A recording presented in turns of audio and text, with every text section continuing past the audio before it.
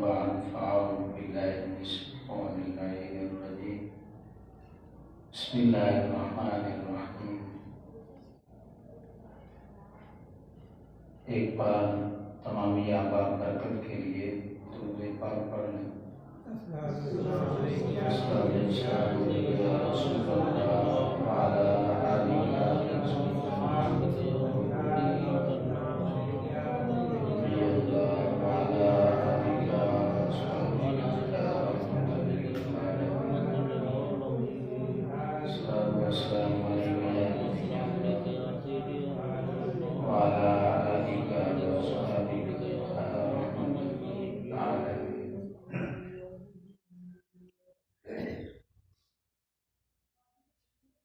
حمد و صلات کے بعد آپ تمامی احباب کو السلام علیکم ورحمۃ اللہ وبرکاتہ.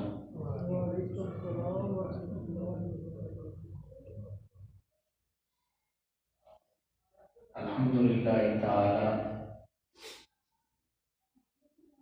نماز فجر کے فوراً بعد درس و بیان کا سلسلہ تقریباً 9 ماہ تک جاری رہا اور تمامی احباب نے نمازیوں نے بڑی محبت کے ساتھ اسے سماعت کیا. میں یہ سمجھتا ہوں کہ یہ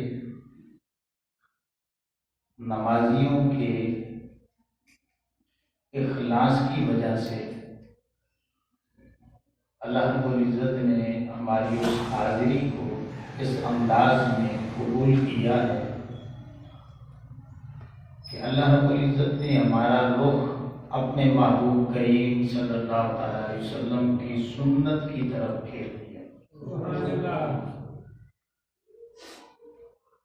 یہ کامن سینس کی بات ہے کہ اگر یہ سلسلہ چلتا رہتا تو یہ آواز صرف نمازیوں تک جاتی اور انشاءاللہ یہ جو آواز ہے یہ انشاءاللہ پوری دنیا تک جائے گی.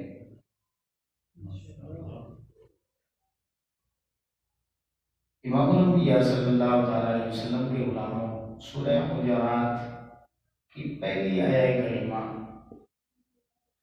اس میں اللہ رب العزت نے یہ فرمایا ہے کہ یا ایھا الذین آمنوا لا تقدموا بین یدی اللہ ورسولہ واتقوا اللہ. اے ایمان والو اللہ اور اس کے رسول صلی اللہ تعالی علیہ وسلم سے آگے مت بڑھو. آگے اللہ سے ڈرو. اب اس آیہ کریمہ کا شان نزول آپ پڑھ کے دیکھیں کہ آقا علیہ الصلوۃ والسلام کی بارگاہ ناز میں بنو تمیم کا ایک وفد آتا ہے اور وہ اپنے قبیلے کے لیے امیر کی تقرری کے لیے عرضی پیش کرتے ہیں. یا رسول اللہ صلی اللہ علیہ وسلم ہمارے علاقے کے لیے نا کوئی امیر مقرر کر. جب یہ بات ہوتی ہے آقا علیہ السلام نے ابھی کوئی رائے قائم نہیں کی, کوئی بات نہیں کی, کوئی مشورہ نہیں کیا. حضرت سیدنا صدیق اکبر رضی اللہ تعالیٰ عنہ نے ایک بندہ جو تھا نا اس کو سلیکٹ کر دیا کہ فلاں بندے کو امیر بنا دیں. حضرت سیدنا عمر فاروق رضی اللہ تعالیٰ عنہ کھڑے ہوئے, انہوں نے دوسرے بندے کا نام دے دیا کہ اس بندے کو سلیکٹ کر دیں. اب یہ بحث مباحثہ ہونے لگا, آوازیں تھوڑی سی اونچی ہونے لگی تو اللہ رب العزت نے قرآن مجید میں ان آیات سے یہ بات کو نازل کیا کہ اے ایمان والو اللہ اور اس کے رسول صلی اللہ علیہ وسلم سے آگے مت بڑھو. کیا مطلب کہ ابھی تک میرے حبیب کریم علیہ السلام نے کوئی رائے پیش نہیں کی، کوئی مشورہ آپ سے لیا ہی نہیں، تو آپ نے خود ہی مشورے دینے شروع کر دیے ہیں، تو یہ بھی پڑھنا ہے۔ آواز کا اونچا ہو جانا یہ بھی پڑھنا ہے۔ اگر آقا علیہ الصلوۃ والسلام چل رہے ہوں تو چلنے میں بھی کوئی پہل کرتا ہے تو یہ بھی آگے بڑھنا ہے۔ اللہ بتانا چاہتا ہے کہ میرے بندو، ایمان والوں، دنیاوی معاملہ ہو یا دینی معاملہ ہو، کسی معاملے میں بھی تم نے میرے حبیب کریم علیہ الصلوۃ والسلام سے آگے نہیں بڑھنا، کسی معاملے میں۔ اب آقا علیہ الصلوۃ والسلام کا ایک انداز تھا، طریقہ کار تھا کہ آقا علیہ الصلوۃ والسلام ہفتے میں ایک بار مخاطبت کرتے تھے، ایک بار۔ حالانکہ اس زمانے کو قرآن پڑھ کے دیکھیں، قرآن زمانہ جاہلیت قرار دیتا ہے۔ جاہلیت جس دور میں راج کر رہی تھی نا، تو آقا علیہ الصلوۃ والسلام اس دور میں ہفتے میں ایک بار درس دے رہے ہیں۔ کیوں؟ کہ نبی جو ہوتا ہے نا، نبی رسول جو ہوتا ہے، وہ امت کی نفسیات کو بھی سمجھتا ہے، امت کی نفسیات کو بھی سمجھتا ہے۔ سارے حالات و واقعات پہ نبی کی نظر ہوتی ہے، تو ساری صورتحال کو دیکھ کر کے نبی فیصلہ فرماتا ہے۔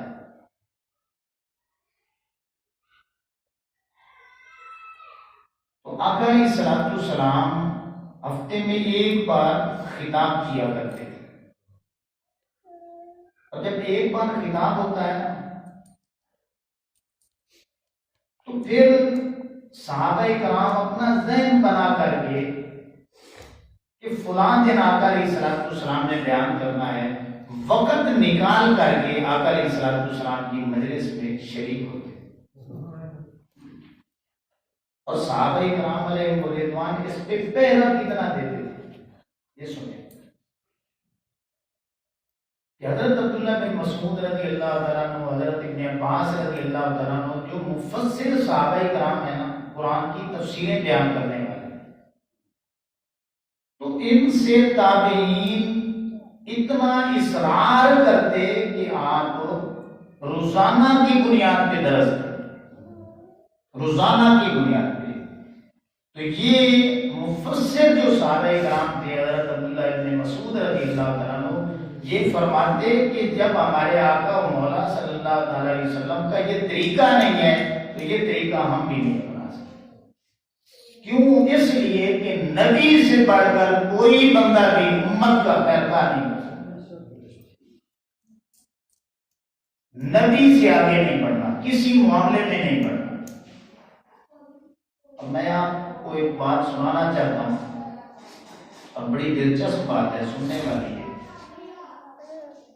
ساری بڑی رکت انگیز حدیث سے بات ہے،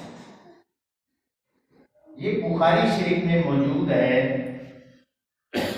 691 نمبر یہ حدیث پاک، مسلم میں بھی موجود ہے، نسائی میں بھی موجود ہے، ابن ماجہ میں بھی موجود ہے، مسند احمد میں بھی موجود ہے، اور مشکات شریف میں بھی موجود ہے۔ میں صرف بخاری کا نمبر بتا رہا ہوں، 691 نمبر یہ حدیث پاک۔ حضرت ابو ہریرہ رضی اللہ تعالیٰ عنہ بیان کرتے ہیں کہ عن النبی صلی اللہ علیہ وسلم قال، کہ یہ بات میں نے آقا کریم صلی اللہ تعالیٰ علیہ وسلم سے سنی، اما یخشی احدکم او لا یخشی احدکم، کہ تم کیوں نہیں ڈرتے، تم کیوں نہیں ڈرتے، اس بات سے تمہیں ڈر کیوں نہیں لگتا، اذا رفع رأسہ قبل الامام، کہ جب تم امام کے پیچھے نماز پڑھتے ہو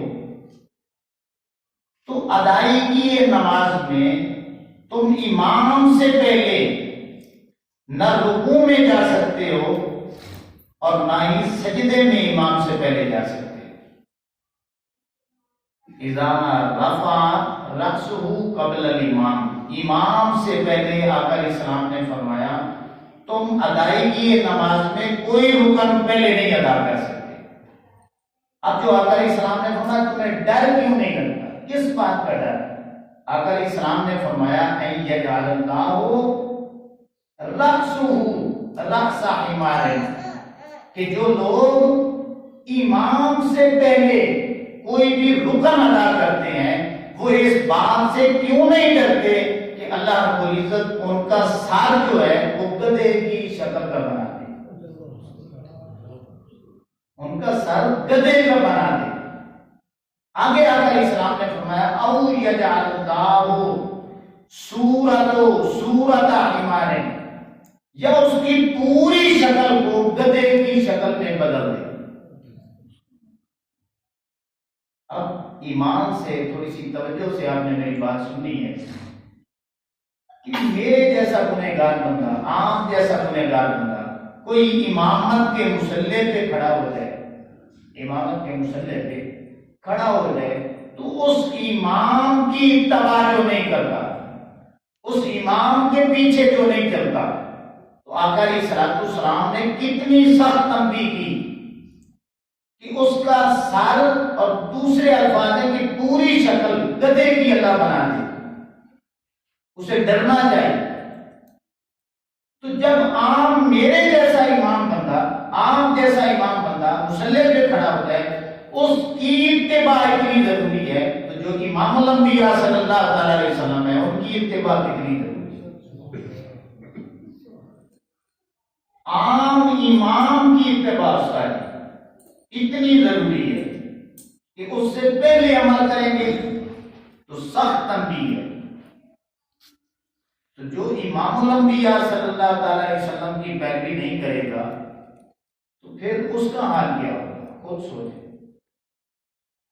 اس لیے امام الانبیاء صلی اللہ تعالی علیہ وسلم کے غلاموں، میں نے آپ کو سمجھانے کی بڑی کوشش کی ہے کہ اسی میں فائدہ ہے کہ ہم آقا علیہ الصلوۃ والسلام کے پیچھے پیچھے چلیں،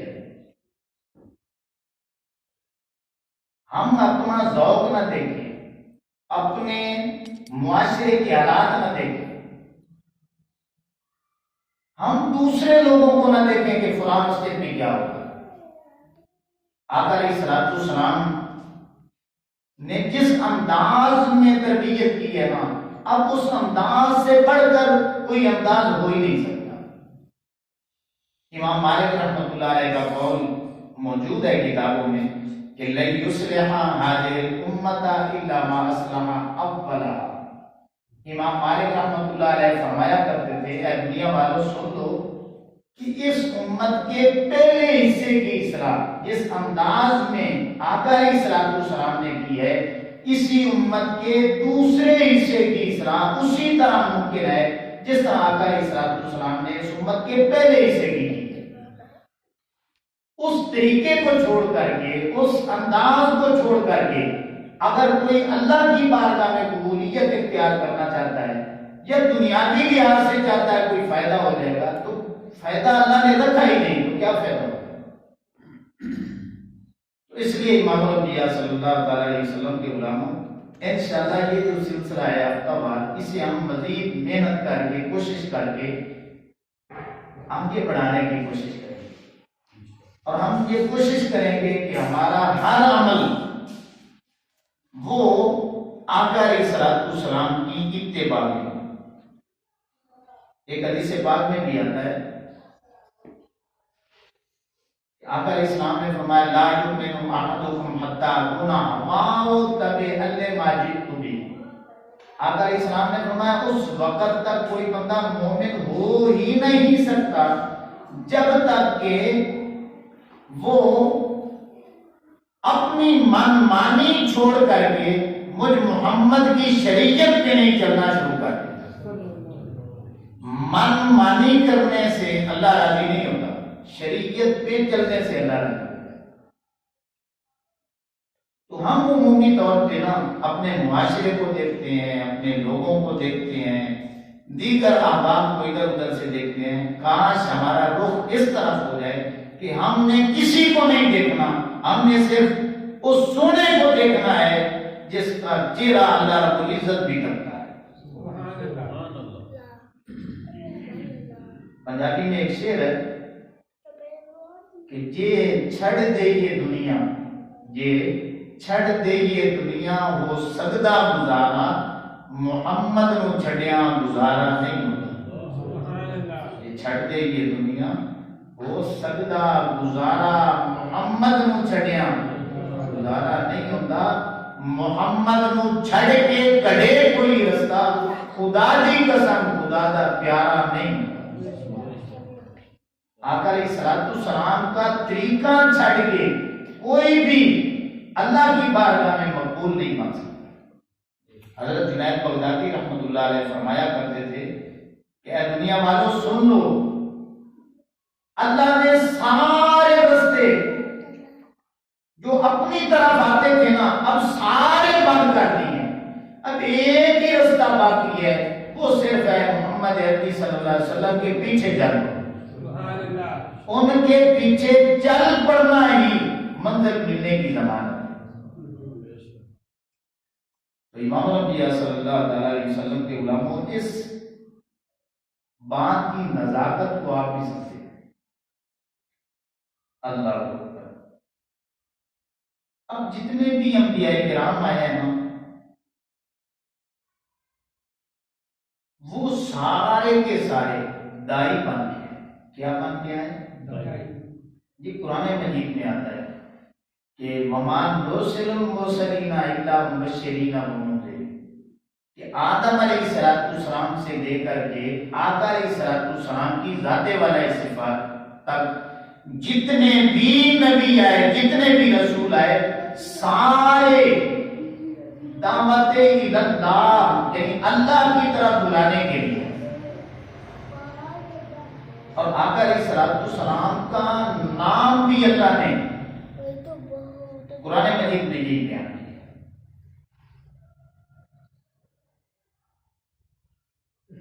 22ویں پارے میں اللہ فرماتا ہے یا ایھا النبی انا ارسلناک شاہدا ومبشرا ونذیرا وداعیا الی اللہ باذنہ وسراجا منیرا۔ اللہ فرماتا ہے کہ ہم نے اپنے نبی کریم علیہ السلام کو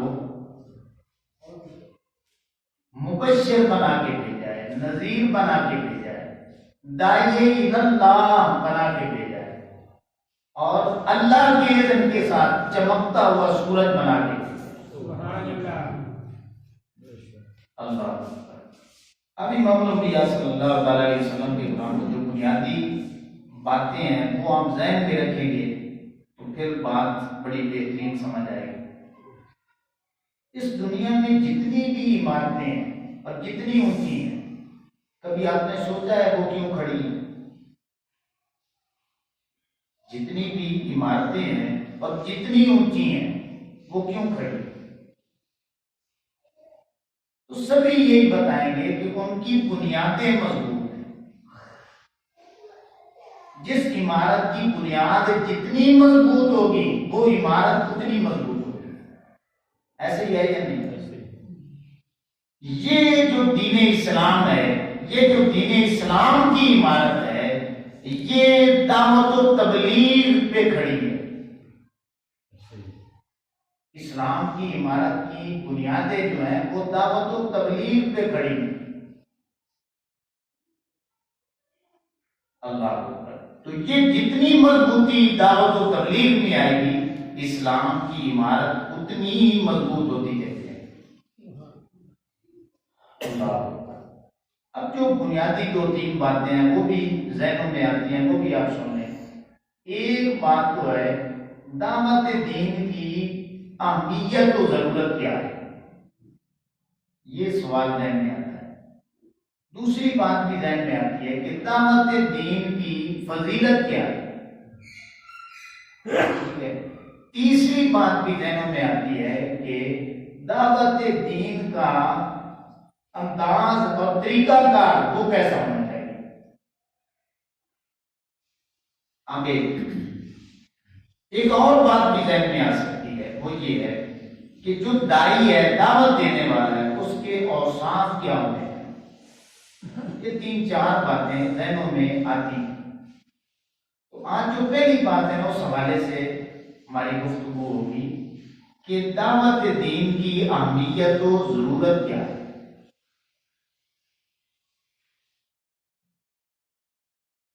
یہ جو لفظ بولا جاتا ہے نا دعوت اللہ، یہ قرآن کا لفظ ہے جس کا معنی ہے اللہ کی طرف بلانا، اللہ کی طرف بلانا۔ قرآن مجید فرقان حمید میں اس کے اور بھی نام آئے ہیں، آپ وہ بھی یاد رکھیں۔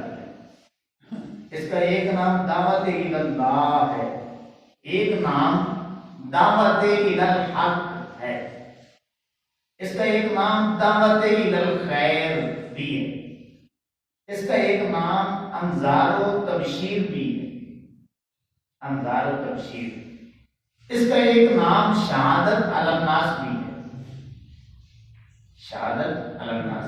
اس کا ایک نام تواصی بالحق بھی ہے، اس کا ایک نام تعاون علی البر بھی ہے، اس کا ایک نام امر بالمعروف ونہی عن المنکر بھی ہے۔ یہ سارے نام جو ہیں سبھی کا معنی و مفہوم ایک ہی بنتا ہے، اللہ کی طرف، اللہ کی طرف ہو، سبھی بول رہے ہیں اللہ کی طرف۔ اب یہ جو دعوت اللہ ہے، اللہ کی طرف بلانا ہے، یہ دراصل کام نبیوں کا ہے۔ کن کا کام ہے؟ نبیوں۔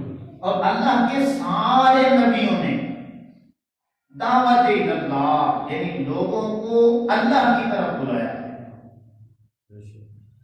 خوش نصیب اور خوش بخت لوگوں نے انبیاء کرام علیہ السلام کی دعوت پر لبیک کہا، اور جو اصلی بدبخت لوگ تھے، شکی لوگ تھے، جن کے دلوں پہ مہریں لگی ہوئی تھیں، انہوں نے نہ صرف انبیاء کرام علیہ السلام کی دعوت کا انکار کیا ہے بلکہ ان کے جانی دشمن بھی بن گئے، اور 70 انبیاء کرام علیہ السلام کو انہوں نے اسی جرم میں کہ اللہ کی طرف بلاتے ہیں شہید کر دیا۔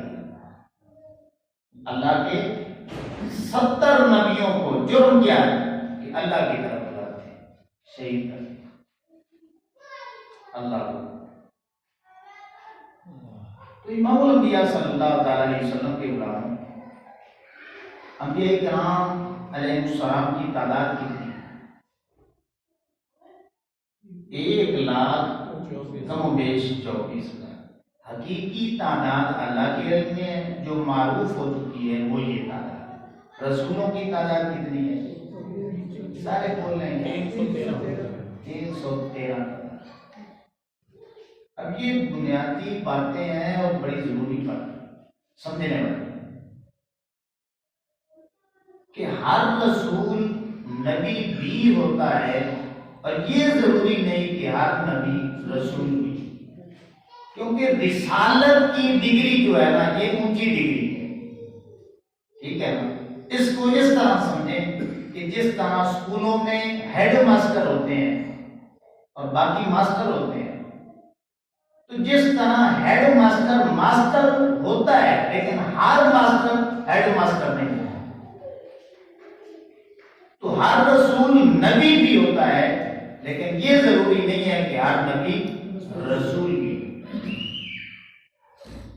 اور جتنے بھی قرآن مجید پڑھ کے دیکھ لیں، یہ حوالے میرے پاس لگے ہیں، جتنے بھی شہید ہوئے اللہ کے رسول نہیں ہوئے، اللہ کے نبی شہید۔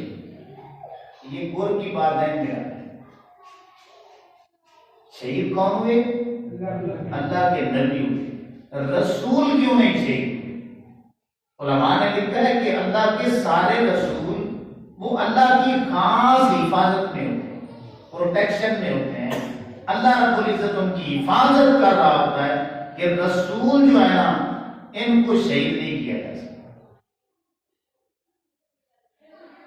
اسی لیے امام الانبیاء صلی اللہ تعالی علیہ وسلم کے غلاموں کوئی رسول بھی شہید نہیں ہوا، جتنے بھی ہوئے سارے کے سارے نبی شہید۔ اللہ تو امام الانبیاء صلی اللہ تعالیٰ علیہ وسلم کے غلاموں، یہ قرآن مجید میرے سامنے پڑا ہے. اب اتنا وقت نہیں ہے کہ میں آپ کو ایک ایک آیت پڑھ کے سناؤں. یہ حوالے میں نے سارے سامنے لگا دیا. یہ سورہ بقرہ آیت نمبر 61 پڑھ کے دیکھیں. سورہ آل عمران آیت نمبر 21، سورہ آل عمران آیت نمبر 112، سورہ آل عمران آیت نمبر 181، سورہ نساء آیت نمبر 155، سورہ مائدہ آیت نمبر 70، سورہ انفال آیت نمبر 30، سورہ یوسف آیت نمبر 10. یہ سارے حوالے میں نے لگا کے رکھے ہیں. سورہ مومن آیت نمبر 28. کہ اللہ رب العزت نے جتنے بھی نبیوں نے دعوت پیش کی ان کے خلاف قتل کے منصوبے بنے اور شہید کیا گیا. ان آیات طیبات میں اللہ نے سب کھول کے بیان کیا. اب میں ایک ایک آیت پڑھوں، ترجمہ کروں، بڑا لمبا وقت ہے، لیکن یہ میں نے حوالے آپ کو دے دیے. اب جو بات سمجھنے والی ہے نا وہ یہ ہے کہ جتنے بھی نبی ہیں آدم علیہ السلام سے لے کر کے ہمارے آقا و مولا صلی اللہ علیہ وسلم تک، ہر نبی نے، ہر رسول نے دعوت اللہ یعنی لوگوں کو اللہ کی طرف بلانے میں کوئی کسر باقی نہیں چھوڑی. اگر انہیں اپنا مال قربان کرنا پڑا ہے تو مال قربان کر دیا، لیکن دعوت اللہ نہیں چھوڑی. اگر انہوں نے اپنا وطن قربان کرنا پڑا ہے تو انہوں نے اپنا وطن چھوڑ دیا اللہ کی طرف. انہیں اپنی اولاد قربان کرنی پڑی ہے تو انہوں نے اولاد کو قربان کر دیا ہے، لیکن دعوت کو نہیں چھوڑا. حتیٰ کہ آپ پڑھ کے دیکھیں، اگر نبیوں کو اپنی جانیں بھی اللہ کے راستے میں قربان کرنی پڑی ہیں، انہوں نے جانیں قربان کر دی ہیں، یہ دعوت اللہ والا کام نہیں چھوڑا. اب میں ایک سوال آپ سے کرتا ہوں، ایمان سے بتانا، یہ سارے نبی جو شہید ہوئے، جنہوں نے پتھر کھائے، تکلیفیں برداشت کی، ہزاروں سال تبلیغ کی، یہ سارے کامیاب ہوئے ہیں یا نہیں؟ یار بولے تو صحیح، سارے کامیاب. کیوں کامیاب ہیں؟ کہ اللہ رب العزت نے جو ڈیوٹی لگائی ہے وہ انہوں نے پوری سال کر. ٹھیک ہے نا؟ اب یہ حدیث پاک میں آپ کے سامنے پڑھنے لگا ہوں. یہ حدیث پاک بخاری شریف میں بھی موجود ہے، مسلم میں بھی ہے، ترمذی میں بھی ہے. میں حوالہ بخاری شریف کا دے رہا ہوں. یہ 5752 نمبر حدیث پاک ہے. آقا علیہ السلام نے فرمایا کہ پوری درد علیہ الامم، کہ میں نے ایک رات خواب دیکھا اور میرے سامنے اللہ نے پہلے ساری امتیں جو گزری ہیں ساری کی ساری پیش کی. یمر النبی صلی اللہ علیہ وسلم، حتیٰ کہ اللہ نے میرے سامنے نبی جو ہے نا ان کی بھی جلوہ گری کرائی، اور سارے نبیوں کی میرے ساتھ جو ہے نا میں نے دیکھا. آدم کو بھی دیکھا، نوح علیہ السلام کو بھی دیکھا، تاکہ عیسیٰ علیہ السلام تک سارے نبیوں کی جو ہے میری ان سے ملاقات ہوئی. سبھی نبیوں کو میں نے دیکھا. اور بڑی لمبی حدیث پاک ہے. آقا علیہ السلام نے فرمایا وَالنَّبِيُّ مَعَهُ الرَّجُلُ، میں نے کسی نبی کو دیکھا کہ اس کے ساتھ ایک بندہ جا رہا ہے. وَالنَّبِيُّ مَعَهُ الرَّجُلَانِ، کسی نبی کو میں نے دیکھا دو بندے اس کے ساتھ جا رہے ہیں.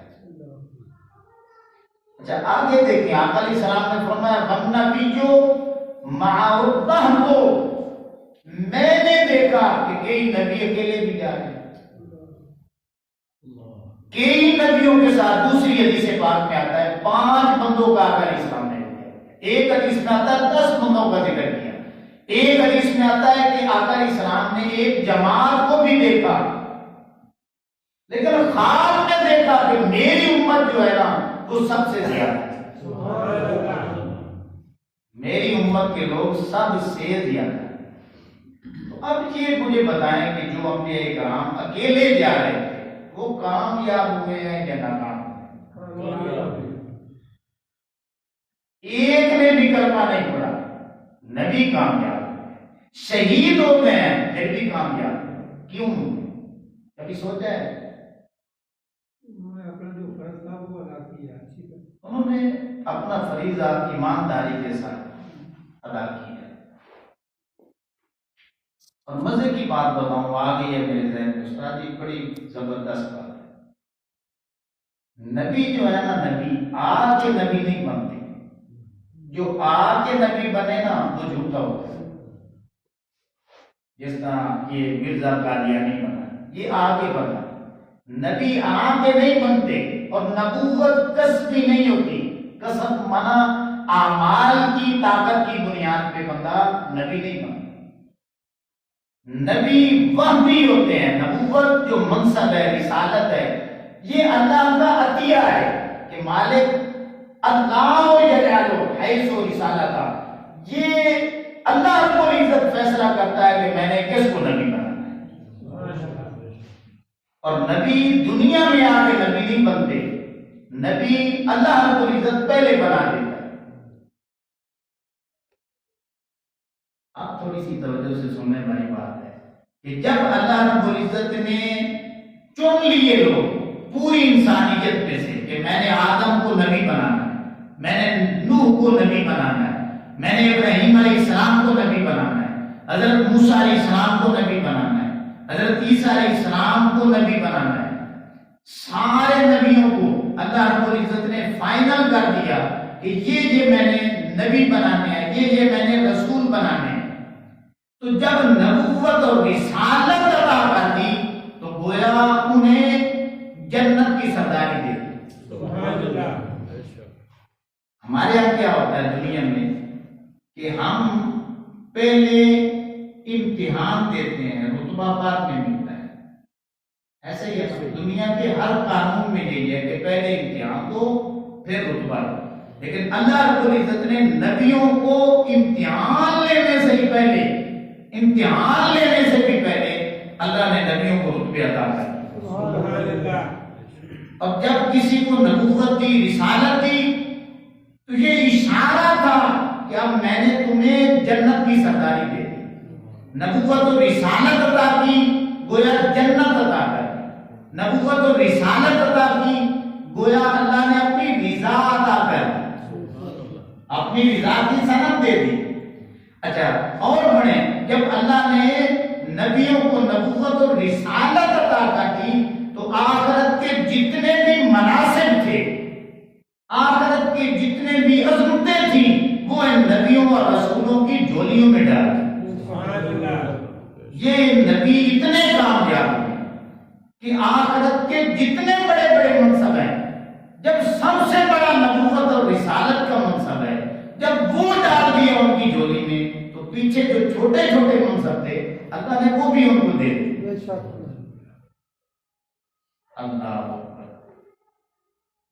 تو امام الانبیاء صلی اللہ تعالی علیہ وسلم کے غلاموں، یہ سارے نبی کامیاب ہوئے، سارے کامیاب ہوئے۔ اب ایک بات تو آپ کو پتہ چل گئی کہ اللہ کے سارے نبیوں نے اللہ کی طرف بلایا۔ اب قرآن مجید میں دو حوالے وہ بھی آپ ذہن میں رکھ لیں کہ 24 پارہ میں اور سورہ یاسین کا آپ 2 رکوع پڑھ کے دیکھیں۔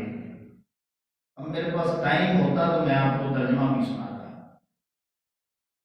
موسیٰ علیہ السلام کی قوم کے ایک بندے نے وَقَالَ رَجُلٌ مُؤْمِنٌ مِّنْ آلِ فِرْعَوْنَ يَكْتُمُ إِيمَانَهُ وَتَقْتُلُونَ رَجُلًا أَن يَقُولَ رَبِّيَ اللَّهُ وَقَدْ جَاءَكُم بِالْبَيِّنَاتِ مِن رَّبِّكُم، کہ موسیٰ علیہ السلام کے زمانے میں ایک مومن تھا جو چھپا ہوا تھا، وہ بھی فرعون کو تبلیغ کیا کرتا تھا۔ آپ نے موسیٰ علیہ السلام کی تبلیغ تو سنی ہے، وہ جو چھپا ہوا تھا ایمان والا وہ بھی فرعونیوں کو دعوت اللہ کا کام سر انجام دیا، چھپا ہوا تھا۔ اللہ فرماتا ہے یکتم، ایمان کو اس نے چھپایا ہوا تھا۔ وقال رجل مؤمن یکتم ایمانہ اتقتلون رجلا، اس بندے نے فرعون کو کہا یار اس بندے کو تو قتل کروانا چاہتا ہے جس کا قصور یہ ہے، آپ قصور سنیں، اتقتلون رجلا ان یقول ربی اللہ، جو یہ کہتا ہے کہ میرا رب اللہ ہے، یار تو اس بندے کو قتل کروانا چاہتا ہے۔ اگر وہ سچ کہتا ہے تو اس کا اپنا بھلا ہوگا، اگر جھوٹ کہتا ہے تو اس کو جو مصیبتیں آئیں گی، پریشانیاں آئیں گی، وہ خود جھیلے گا۔ اسلام کی دعوت بھی پیش کر، نبی کی دعوت بھی پیش کر۔ سورہ یاسین پڑھ کے دیکھ لیں، کاش آپ اس کو ضرور پڑھیں دو۔ اس میں اللہ فرماتا ہے کہ ایک بستی میں میں نے دو نبی بھیجے، انہوں نے دعوت دی، آگے سے لوگ جو تھے نا انہوں نے دعوت کا صرف انکار نہیں کیا بلکہ نبیوں کو قتل کر دیا۔ ایک بندہ نہ بستی سے دوڑتا ہوا آیا تو وہ نہ سمجھانے لگا ان کو یار اللہ کے نبی آئے، ہمیں تو چاہیے ان کی خدمت کریں، ان سے دین سیکھیں، آپ نے نبیوں کو بھی قتل کر دیا۔ اب انہوں نے کہا کہ یار جب ہم نے نبیوں کو قتل کیا اسے بھی قتل کر، اب اس بندے کو بھی انہوں نے قتل کیا۔ اب وہ جنت میں اس کا ٹھکانہ جو اللہ نے اسے عطا کیا تھا، اس نے دیکھا جنت میں پہنچا، اس نے ادھر خواہش ظاہر کی میرے اللہ جو رتبے تم نے مجھے یہ دعوت اللہ کے سلسلے میں دی ہے، کاش ان کو معلوم ہو جائے کہ یہ کام کتنا بڑا۔ یہ ترجمہ پڑھ کے دیکھیں۔ اچھا، اس بندے کی اس طلب کو اللہ نے اتنا اتنا اتنا پسند کیا۔ اب یہ واقعہ بہت پرانا کتابوں میں آتا ہے، مفسرین نے لکھا ہے ہزاروں سال پہلے کا واقعہ، لیکن اس اللہ کے نیک بندے نے انبیاء کی دعوت کو آگے پہنچانے کے لیے تھوڑی سی کوشش کی۔ اللہ کو یہ عمل اتنا پسند آیا کہ جنت میں پہنچا، جو اس کے دل میں اس وقت طلب تھی نا، آقا علیہ السلام کی آمد ہوئی، اس کی طلب کا ذکر اللہ نے قرآن مجید میں اتارا۔ یار اس بندے نے شہید ہو کے بھی اس کے اندر طلب ہے، کاش لوگوں کو پتہ چل جائے کہ یہ کام کتنا بڑا ہے۔ اللہ، تو یہ میں نے دو حوالے آپ کے سامنے رکھے کہ سابقہ انبیاء کرام کے ماننے والے وہ دعوت اللہ کا کام کیا کرتے تھے۔ آپ سن لیں کہ جب آقا علیہ السلام کی جلوہ گری ہوگی تو آقا علیہ السلام کے بعد تو نبی نے آنا ہی نہیں ہے۔ اب یہ مسلم شریف کا حوالہ سن لیں، 4773 نمبر حدیث پاک ہے، مشکات میں بھی موجود ہے۔ آقا علیہ السلام نے فرمایا، بڑی سچی زبردست اور بہترین قسم کی حدیث پاک۔ آقا علیہ السلام نے فرمایا کانت تسوسہم الانبیاء کلما ہلک نبی وخلفہ نبی، کہ جتنے بھی اللہ نے نبی بھیجے ہیں نا وہ سیاست کیا کرتے تھے، وہ لوگوں کے معاملات میں فیصلے کیا کرتے تھے، انہیں دانائی و حکمت سکھایا کرتے تھے۔ یہ سارے معنی تسوس کے آتے ہیں۔ کلما ہلک نبی وخلفہ نبی، جب ایک نبی دنیا سے جاتے تو اللہ رب العزت پھر دوسرے نبی کو کہ یہ دعوت اللہ کا کام رکنا نہیں چاہیے۔ اب آقا علیہ السلام کی حدیث سنیں، آپ کے دل باغ باغ ہو جائیں گے۔ آقا علیہ السلام نے فرمایا وَإِنَّهُ لَا نَبِيَّ بَعْدِي، اے میرے امتیوں اب میرے بعد نبی کوئی نہیں آئے گا۔ وَسَتَكُونُ خُلَفَاءُ فَتَكْسُرُونَ، اب میرے بعد دعوت اللہ کا کام کرنے والے میرے جانشین آئیں گے، میرے خلیفے آئیں گے۔ آپ نے ابھی تک نہ غور نہیں کیا، اگر نبی آنے ہوتے تو آقا علیہ السلام فرما کے جاتے میرے امتیوں اور میرے بعد نبی آئیں گے، آقا علیہ السلام نے فرمایا میرے بعد نبی نہیں آئے گا، اب میرے بعد یہ کام میری امت کے جو لوگ کریں گے نا، دعوت اللہ والا کہ اللہ کی طرف بلائیں گے، ان کا رتبہ بھی عام نہیں ہوگا، وہ میرے جانشین ہوں گے، میرے خلیفے ہوں گے۔ یار ہم کتنی کوشش کرتے ہیں اس پیر کا خلیفہ بن جائے، اس پیر کا خلیفہ بن جائے، اس پیر کا خلیفہ بن جائے۔ آقا علیہ السلام دعوت اللہ کے رستے پہ ڈال کر اپنے ہر امتی کو اپنا خلیفہ بنانا چاہتے ہیں۔ آپ میں سے کوئی بھی نہیں ہے جو چاہتا ہے یار قیامت والے دن جب میں اٹھوں تو اللہ فرمائے کیا میرے حبیب کریم علیہ السلام یہ تو آپ کا خلیفہ ہے، آپ کا جانشین ہے۔ اللہ، تو یہ بہت بڑی دعوت ہے، بہت بڑا منصب ہے، ہم اسے لینا ہی نہیں چاہتے یار۔ اللہ، اب قرآن مجید میں ایک آیت آتی ہے دوسرے پارے میں، کنتم خیر امۃ اخرجت للناس تأمرون بالمعروف وتنہون عن المنکر، کہ اللہ نے فرمایا کہ تم بہترین امت، وجہ کیا ہے کہ تم لوگوں کے لیے نکالے گئے، تم نیکی کا حکم دیتے ہو، برائیوں سے منع کرتے ہو۔ فضیلت کی وجوہات علماء نے یہ جو اللہ نے فرمایا تم بہترین امت ہو، بس دو وجہ بیان کی۔ ایک وجہ تو یہ ہے، علماء لکھتے ہیں کہ جتنی بھی امتیں گزری ہیں نا، ایک ایک امت وہ جو ایک ایک جرم کرتی تھی نا، آقا علیہ السلام کی امت وہ سارے جرم ملا کے وہ سارے جرم کر رہی ہے، تو پھر خیر امت اس کو کیسے لگا مل گئی؟ فضیلت والی کوئی بات ہی نہیں ہے، تو پھر فضیلت کیسے مل گئی ہے؟ علماء نے لکھا ہے کہ جب نبی اللہ نے امام الانبیاء عطا کیا ہے نا، تو پھر اللہ نے امت کو بھی ساری امتوں پہ فضیلت دی۔ سبحان اللہ، اس امت کو نسبت آقا علیہ السلام سے ہو گئی ہے، اس لیے یہ خیر امت بن چکی ہے ساری امتوں سے۔ اور دوسری وجہ یہ ہے کہ جو کام پہلے نبی آ کر کرتے تھے نا، اب آقا علیہ السلام کی ختم نبوت کی برکت سے وہ کام اللہ کے رسول کے امت ہی کریں گے، دعوت اللہ والا کام، اس وجہ سے ان کو یہ فضیلت مل گئی۔ اندازہ لگائیں کتنی بڑی فضیلت ہے جو اللہ نے ہمیں عطا کی، ہم یار کیوں غافل ہیں اس سے؟ اور ہم یہ سمجھتے ہیں کہ شاید نہ یہ کام علماء کا ہے، یہ کام جو درس نظامی پڑھا ہوا ہے نا اس نے کرنا ہے، یہ کام کرنے کے لیے حافظ ہونا ضروری ہے، یہ کام کرنے کے لیے قاری ہونا ضروری ہے، کوئی شرط نہیں ہے۔ اب یہ حدیث پاک نوٹ کریں، 3461 نمبر حدیث بخاری میں موجود ہے۔ حضرت عبداللہ بن عمر بن عاص رضی اللہ تعالیٰ عنہ بیان کرتے ہیں، آقا علیہ السلام نے ایک دفعہ فرمایا بلغوا انی ولو آیہ، کہ میری امت قیامت تک جتنے کلمہ کو آئیں گے نا، اگر انہیں قرآن کی صرف ایک آیت کا علم ہے، صرف ایک حدیث کا علم ہے، صرف ایک شریعت کے مسئلے کا انہیں علم ہے، تو وہ اپنے دوسرے مسلمان تک پہنچ جائے۔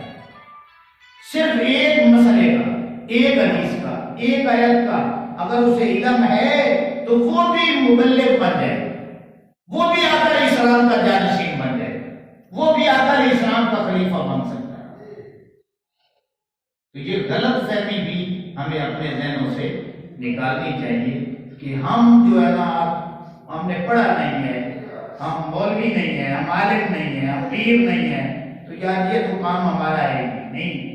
ایک آیت آتی ہے تو آپ بھی آقا علیہ السلام کی جانشینی حاصل کر سکتے ہیں۔